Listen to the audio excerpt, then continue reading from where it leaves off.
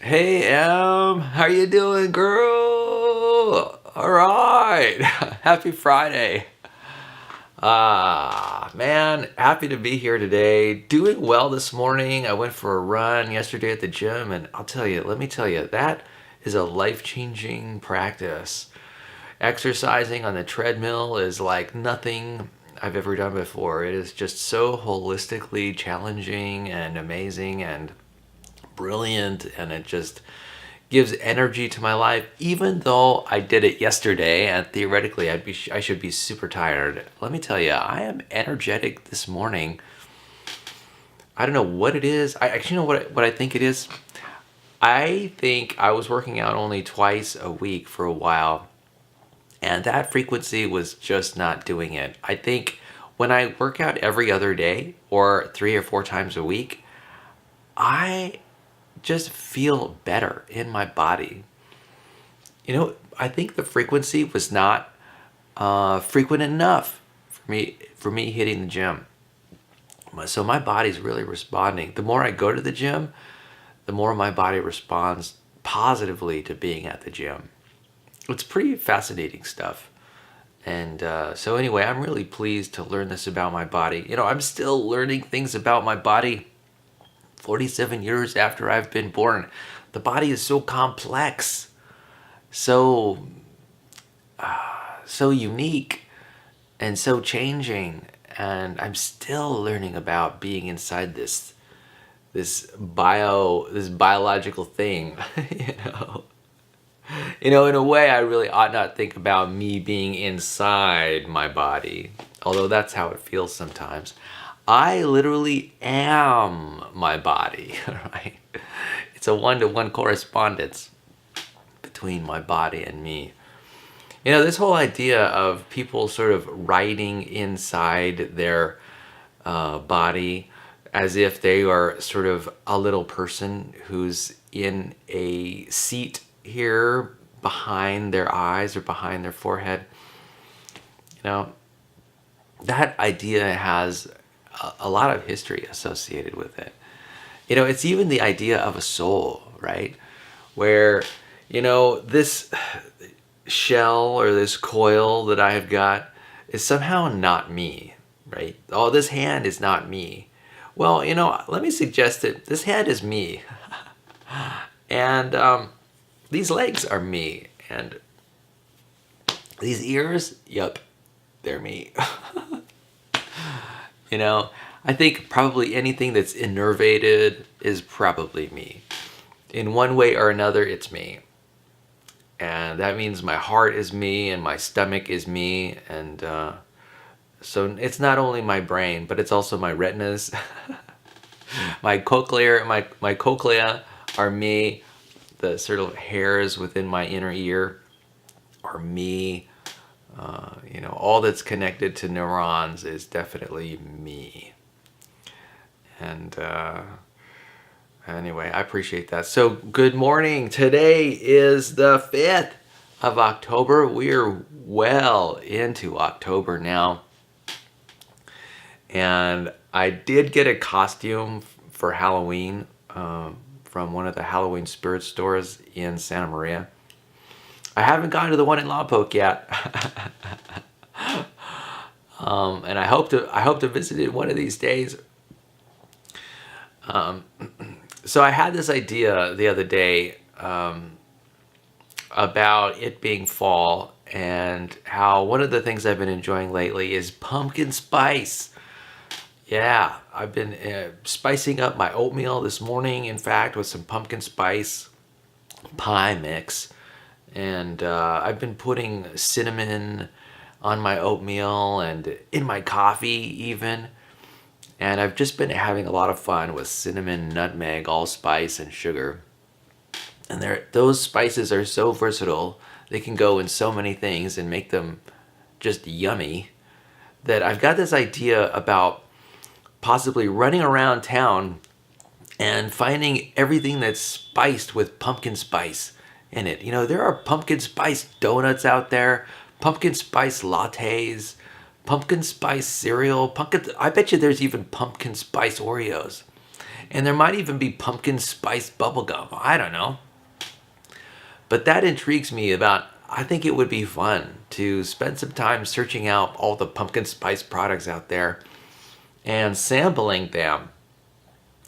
There's really there's so much good stuff out there. I can imagine there's like pumpkin spice shakes and pumpkin spice ice cream at 31 flavors and all kinds of pumpkin spice bakery goods like muffins or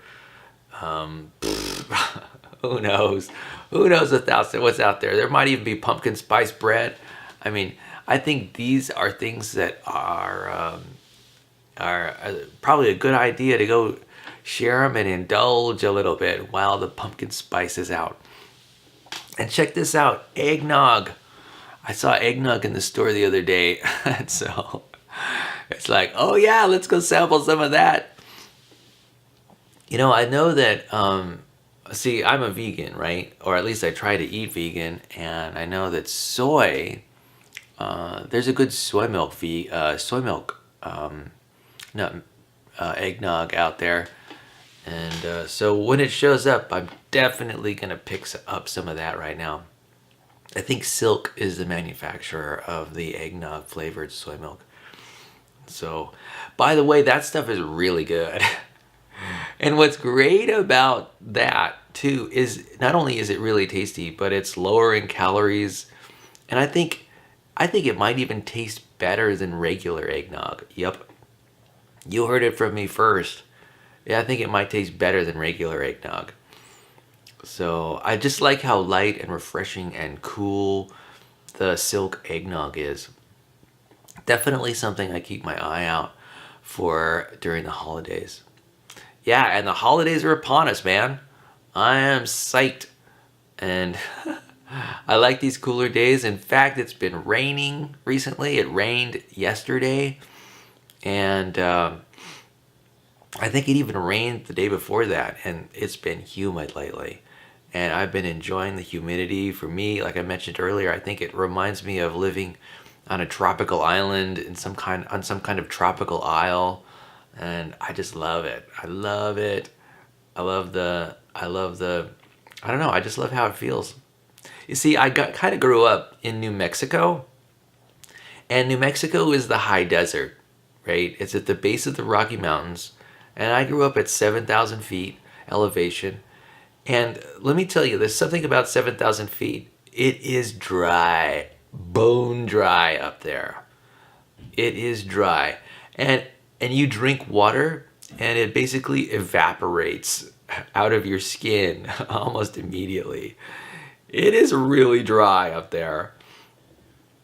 And in fact, I remember as a kid, it got so dry that I would wear chapstick on a regular basis. I would wear chapstick daily just to keep my lips moist.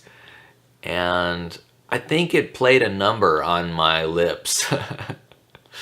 Because I remember when I first moved from New Mexico to California, I noticed the additional humidity in the air here at sea level in California.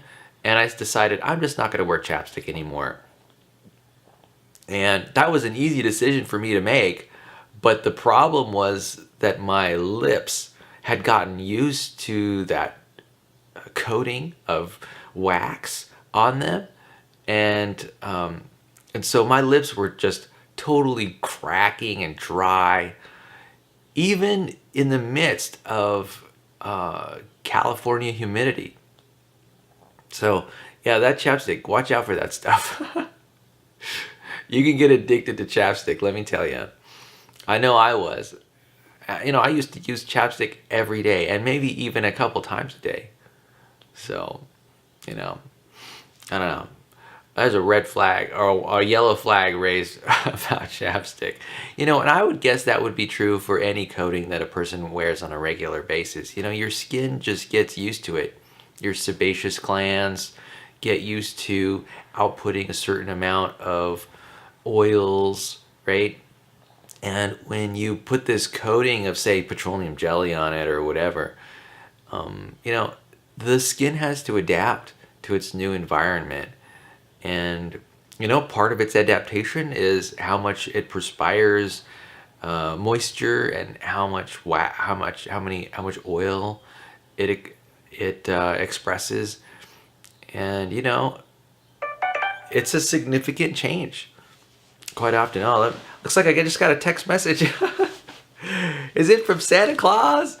Oh no. Oh gosh, what is this? I have no idea. I'm just gonna check it real quick, just in case it's something that.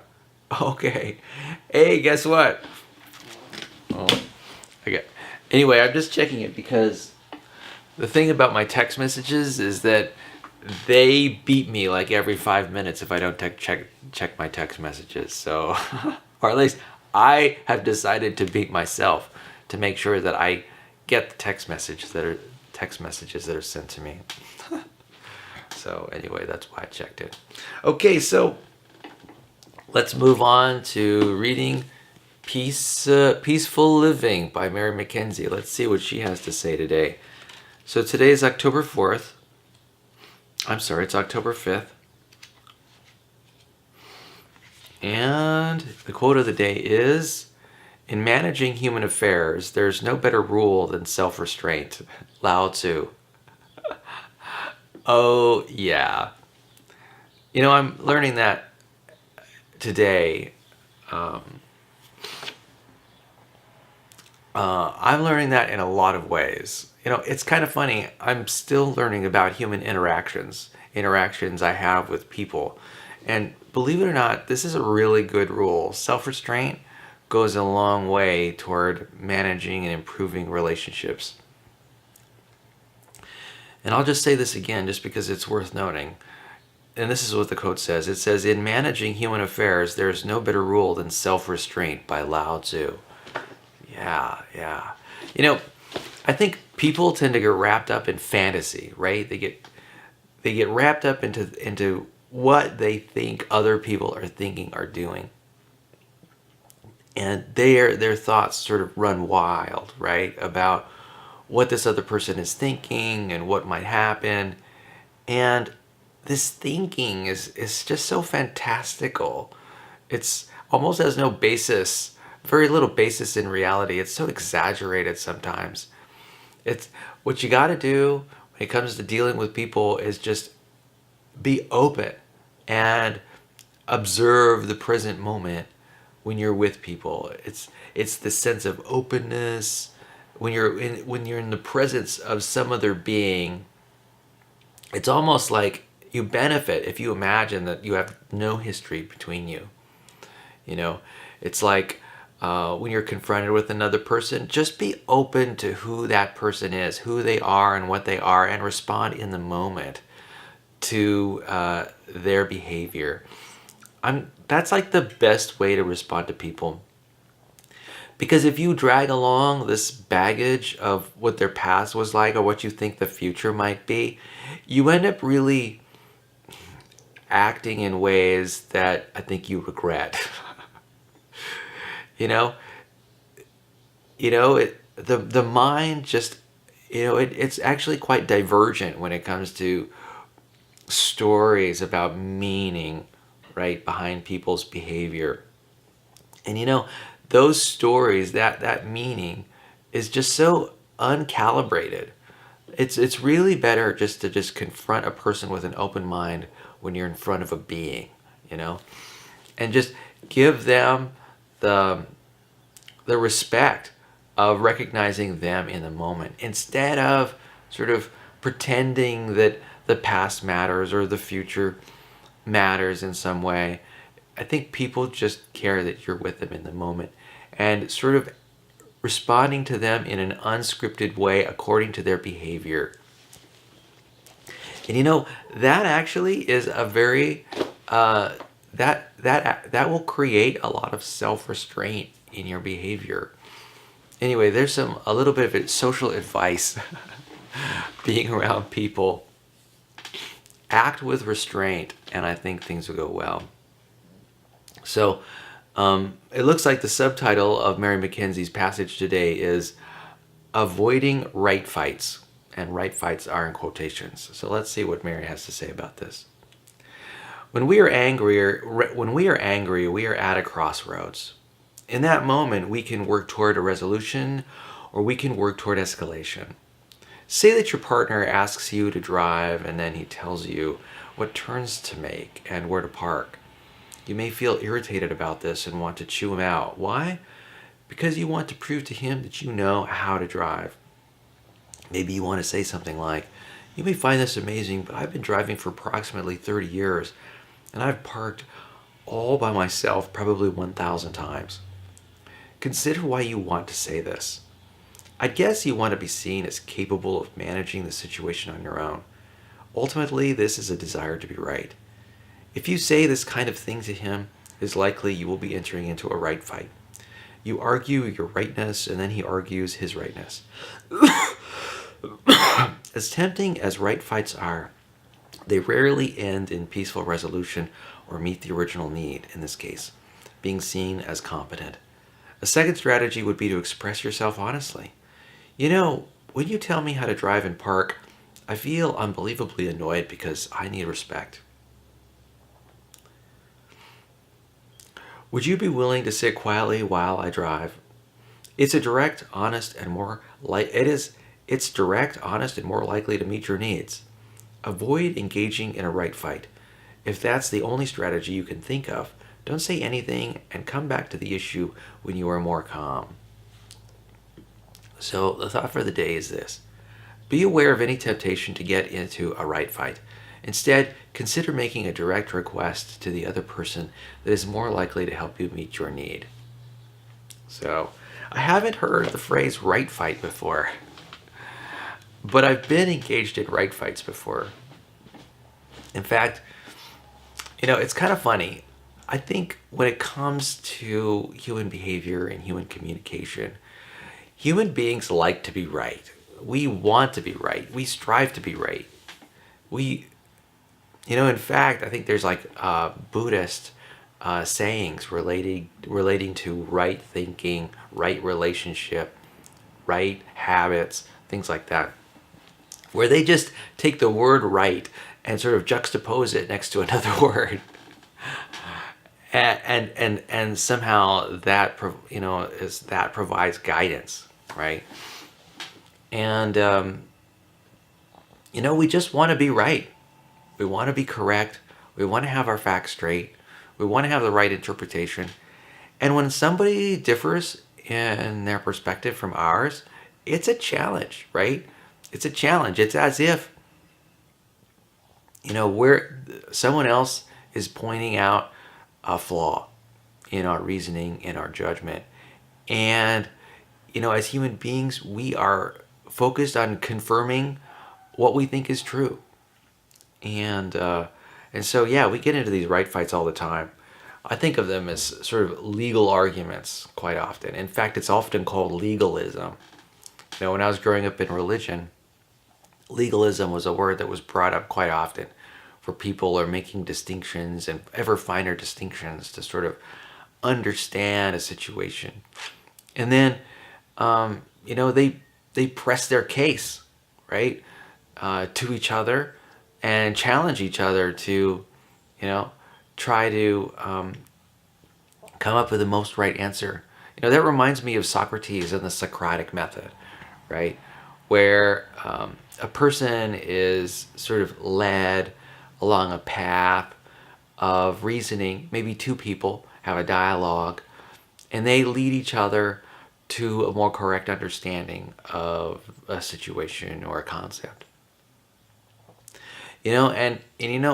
I think there's a lot to be said about a constructive argument. And that can be really helpful in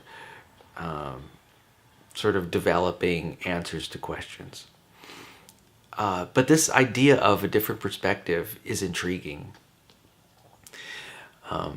Different perspectives are just different ways of stating different sets of values, right?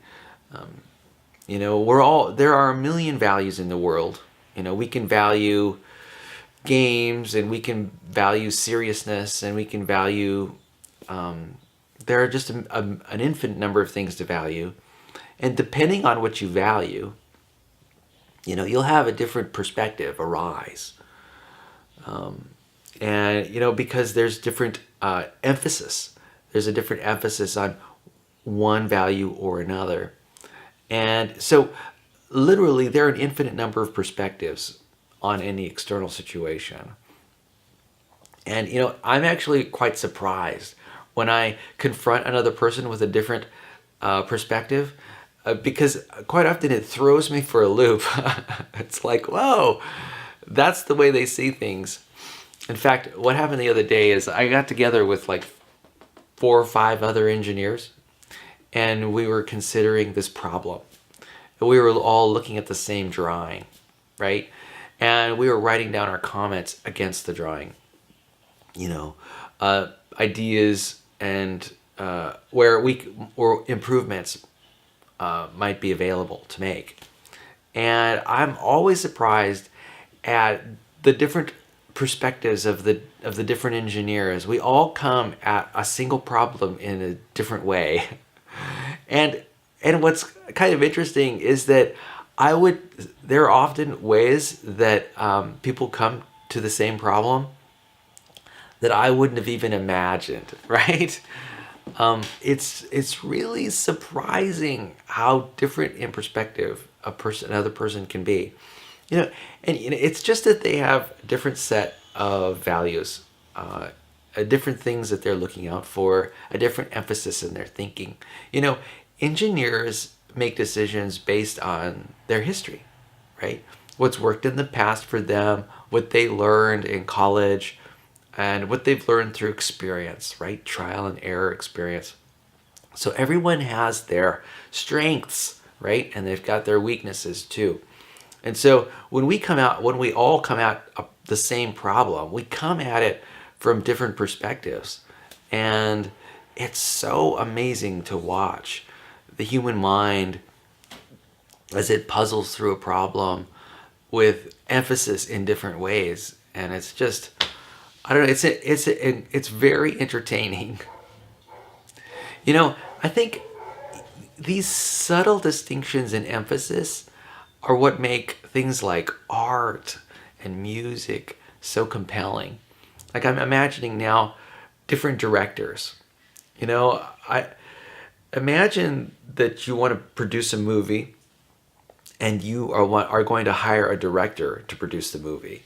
Well, if you choose, even though the storyline is set, and even though the technology is set, and the resources, the amount of money is set in order to produce the movie that you want to make, a lot can be said about how the movie changes depending on what director you choose to put it together. And not only that, but even the cinematographer or editor, especially the editor. All it takes is little tweaks in judgment, little tweaks in emphasis, and you could have an entirely different movie, even if the story that the movie is based on is the same. Even if the storyboard is the same, you can still get a feel for a movie entirely different with different directors or different editors or even different actors or actresses. I mean, it is so amazing the amount of variation that's possible between people. I think it's one of the most entertaining things about being with other people in a social environment. It's sort of understanding their perspective, what their emphasis is in their life. And it can be really challenging. For example, I was around a table with my brothers and sister a while back, and we were playing a game. Oh yeah, it was like our top 10 values. I think we were choosing from a list of like 30 values, and we circled our top 10 values, the things that we value the most. And it was so eye-opening because, for example, one of my sisters, my sister Barbie, she one of the prime concepts that she thought was most important was justice, right? She was really focused on justice and fairness and equality. These were something that was really important to her. And it turned out that it just happened to be that justice was, and it was number one on her list. And for me, justice was like 10 on my list. And I can imagine, I could almost see the expression on her face when she noticed the discrepancy between her ideas of justice and my ideas of justice. And it made for a really interesting conversation. And it's a challenge. It's very challenging when you're confronted with someone who might even believe the opposite of what you believe. I know. And that's present everywhere. In political discourse, it's present in economic discourse. There's this whole spectrum of capitalism versus socialism, and the list goes on and on of people who are strong advocates for one point and strong advocates for the opposite. And if you talk to each one, I can imagine that there are convincing arguments either way. And a lot of it depends on, of course, the values that you hold, right? The emphasis that you place in one way or another, which creates these different perspectives. It's essentially diversity, right? And so diversity is just one of the most intriguing and entertaining and interesting things going in the world today. And so notice the diversity. Notice diversity of people. I don't know, have you ever heard of neurodiversity? See, neurodiversity is a word that refers to, say, let's take, for example, people on the autistic spectrum, right? And how people on that spectrum are viewed, say, compared to normals. I don't know how else to describe them, but, neurodiversity is about appreciating the perspectives of both parties, right? The normals have their perspectives and where their focus is, and then people on the autistic spectrum, they have their gifts and weaknesses too. And neurodiversity is about valuing all perspectives, right? It's about valuing what each person has to bring to the table. And I think it's also it's also about just appreciating. I think it's really needed. It's needed. It's really important to have diversity in culture. It's like having genetic diversity in farmland. With seeds, and you want to produce apples. Well, I think if I were a farmer, I would want to have a lot of different orchards with a lot of different apples growing, because if there's a strong winter, some apples will survive and other apples will not. And if it's especially hot, some apples will survive and others won't. And let's say there's a pest that sort of invades my orchard. Well, some apples will survive and some will not. So that's the way I kind of view diversity, that everyone has something to offer. And it's valuable. It's incredibly valuable to get that different perspective. Yeah. It's kind of what makes philosophy so interesting. I was, for a time, philosophy was my major. And I actually got a philosophy scholarship for a year. And it was a competitive scholarship. I was competing against a number of other people who applied at the University of New Mexico. I received it. And actually, I feel quite proud of it, having received that scholarship.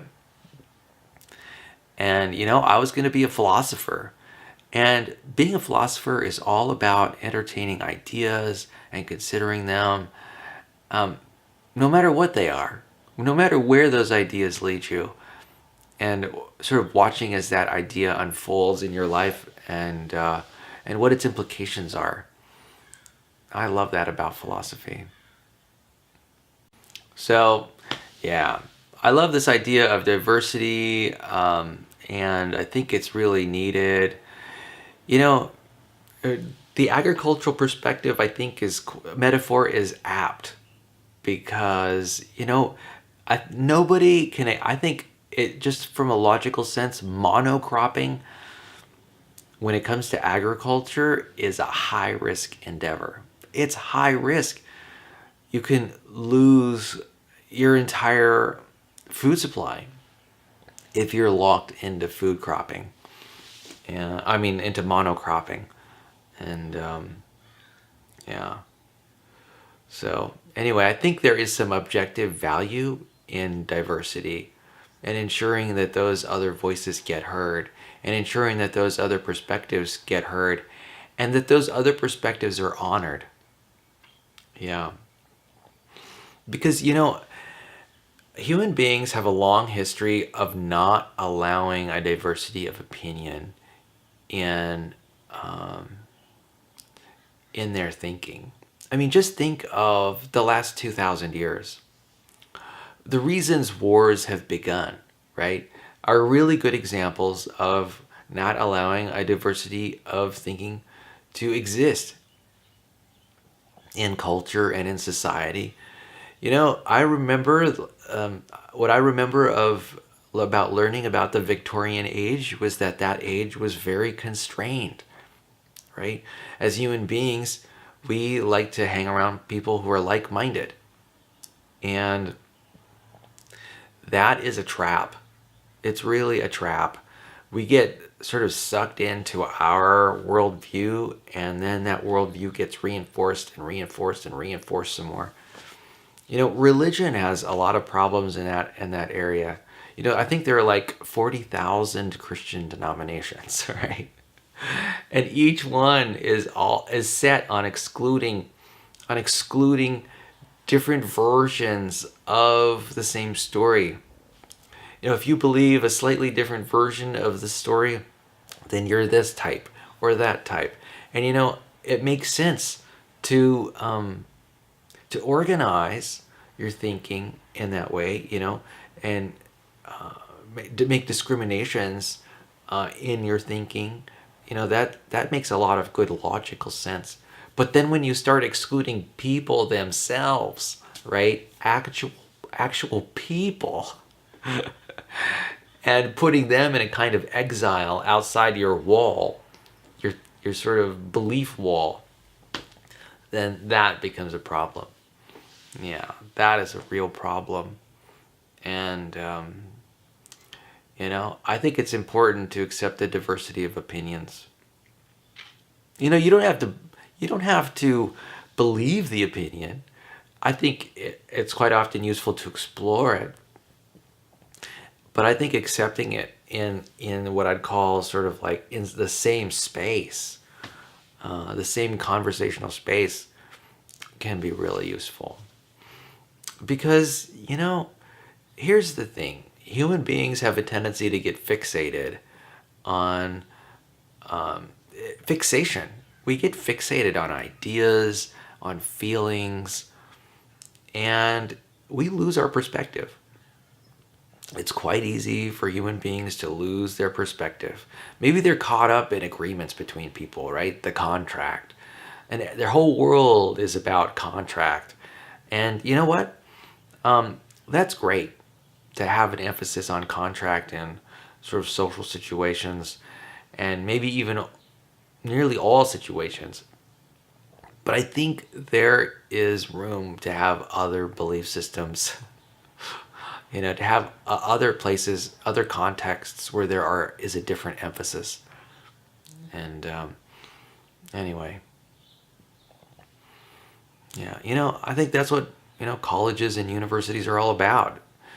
Exploring different ideas and, coming to terms with them.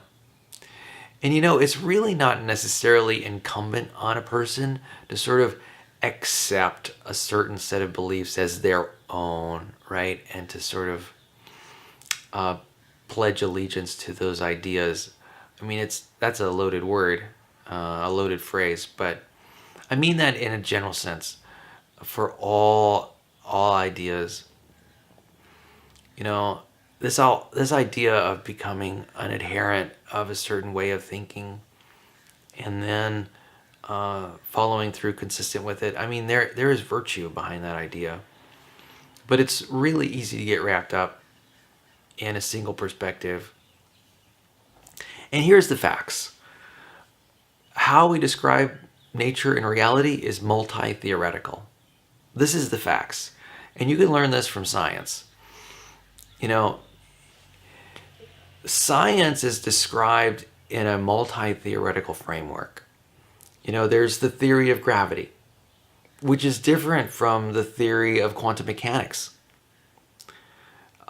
which is different from thermodynamics. So if you think about it, in science, there is essentially a set of theories that are dominant. And there is not just one theory that describes the universe and everything. You know, wouldn't it be great if there were a single theory that would describe the world as we know it? We're just not there yet. And so what we've got is this patchwork of theories that work really well. The theory of gravity and what we know about it and how we use it works fantastically well. We can send spacecraft out to Pluto, and they can land on Mars, and we could build telescopes and peer into the past by looking into the sky. And we've gained wonderful results from what we know about the theory of gravity.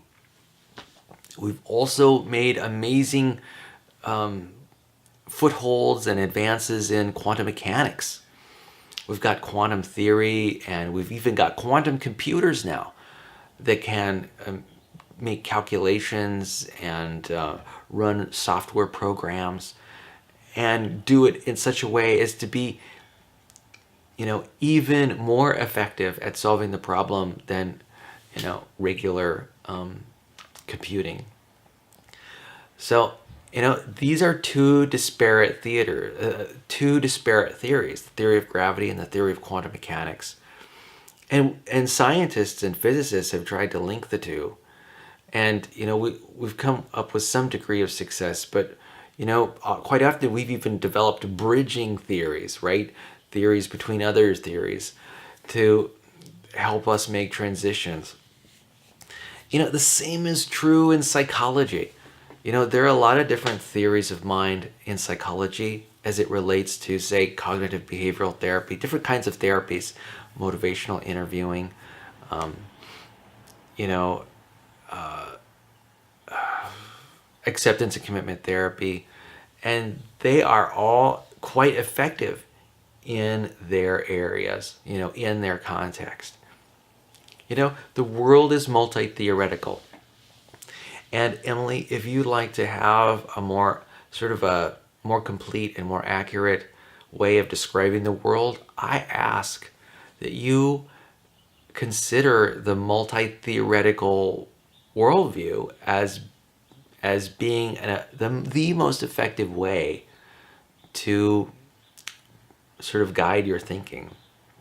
Recognize that life is multi-theoretical. There is not just one theory that describes all. The breadth of experience as it exists, as we behold, is just too great and too diverse to be explained by just one theory.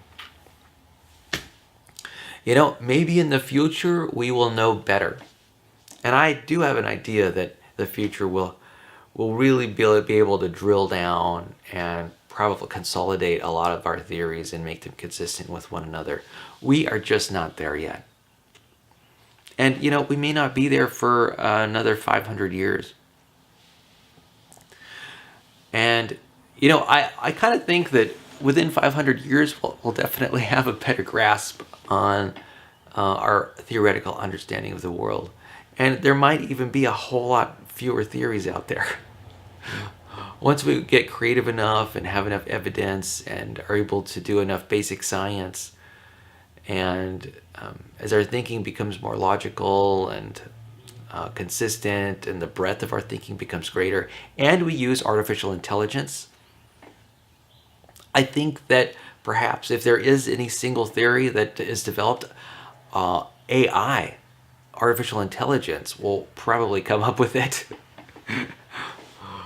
And I have a feeling that the theory that's proposed by AI that covers it all might be so great in depth that human beings won't able to grasp the span. Even human beings won't be able to grasp the span of the theory.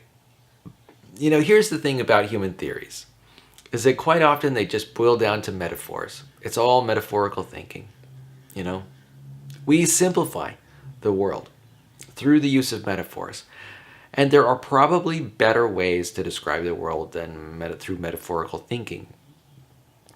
Essentially what I'm talking about is how human brain breaks down the world into concepts. A concept is essentially a generalization, an idea that covers a lot of concretes, right? A concrete is just an example of a thing, and a concept is a generalization that covers all the things. So you might be wondering, Miguel, where are you getting this? So I'm getting this from Ayn Rand. I suggest you read the Introduction to Objectivist Epistemology. So way back when I was back in college, I was into objectivist epistemology, and I'm still holding on to ideas like that to organize my thinking about the world. And so, if you have an interest in an interesting read related to the theory of knowledge and epistemology, I suggest you go in that direction. And other directions. I took a class in epistemology. It was a graduate level class at the University of New Mexico, and I've read textbooks and many essays related to epistemology, and have forgotten a lot. I've read them and I've forgotten them, and I definitely need to brush up on that information. But I think knowledge of epistemology can be really helpful in guiding you toward a better understanding of the world and coming up with theories that, are more effective in helping you live a better life, right? That's what it's about. Helping you live a more enjoyable and better life, one that's got more certainty and a little bit less confusion, right? Now, on that point precisely, I do want to talk about uncertainty and how a mature mind often is good at tolerating uncertainty. In fact, that's one of the skills that I've learned as I've grown up and matured, is to have a tolerance of uncertainty. And this is actually a very slippery skill. It's not, human beings love to reduce risk as much as we can, and we do that by knowing stuff, by being right about stuff, by being correct, right? And as I've grown older, I quite often am happy to reserve judgment. And this idea of reserving judgment, I think, can be very helpful. And if you can sort of use that idea along with tolerating uncertainty, I think that would hold you in good stead. I think your levels of thinking will become more mature if you can step back for a moment and sort of accept a little bit of uncertainty and maybe appreciate the uncertainty, and sort of exercise restraint when it comes to sort of needing the answer right away. Having the answer, or a suitable answer, quickly is a great virtue and should not be ignored. But there are times when uncertainty is just not possible, especially when you're thinking about the past or the future, or even some aspects of the present. We just don't know. and part of being a human is just accepting that. I'm thinking now about life extension science, right? A lot of people would like to live longer. And, one of these days, human beings may live 120 years, 150 years. But right now, we just don't have the knowledge or technology to do that. And people die. People die at age 50 years old, 60, 70, 80, 90, 100 years old, and they're dead. And we just don't know. There's a lot of uncertainty about how to extend life. And, thankfully, scientists and entrepreneurs are pursuing that question in earnest now, probably more than they ever have. And there's still a lot of uncertainty about how to go about it. And, people are trying to figure out that problem. And, the question of life or death and when it happens and how to extend life, that question is right now quite uncertain. And what it means is, that fixed understanding at the moment means that, we'll have fixed lifespans. And, there's a point where you just can't move forward. There's nothing you can do about it because all the best minds just don't have answers about a certain subject area. And, I think quite often life is about acceptance. Yeah. Where, we accept the state of knowledge as it exists. And,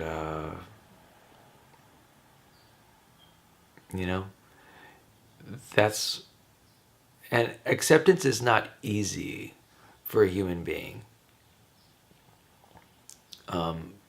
Human beings, I love human beings. They're so optimistic and idealistic. They love, because of our conceptual thinking, we're able to extend, we could think of like the perfect carrot or the perfect triangle and reach for those goals. But at the same time, there needs to be some acceptance of how far we can go with our technology and our understanding and our level of knowledge. And anyway, I'm going to accept the fact that I'm going to wrap up this video right now. And I just want to thank you for spending some time with me today as, we've discussed the matters of the day and what's on my mind, which typically revolves around science, philosophy, and psychology. Those general topics are basically what's on my mind all the time. That's my perspective. And I appreciate you for bearing with me while I describe these ideas that are circulating in my head. And thank you for bearing witness to those ideas.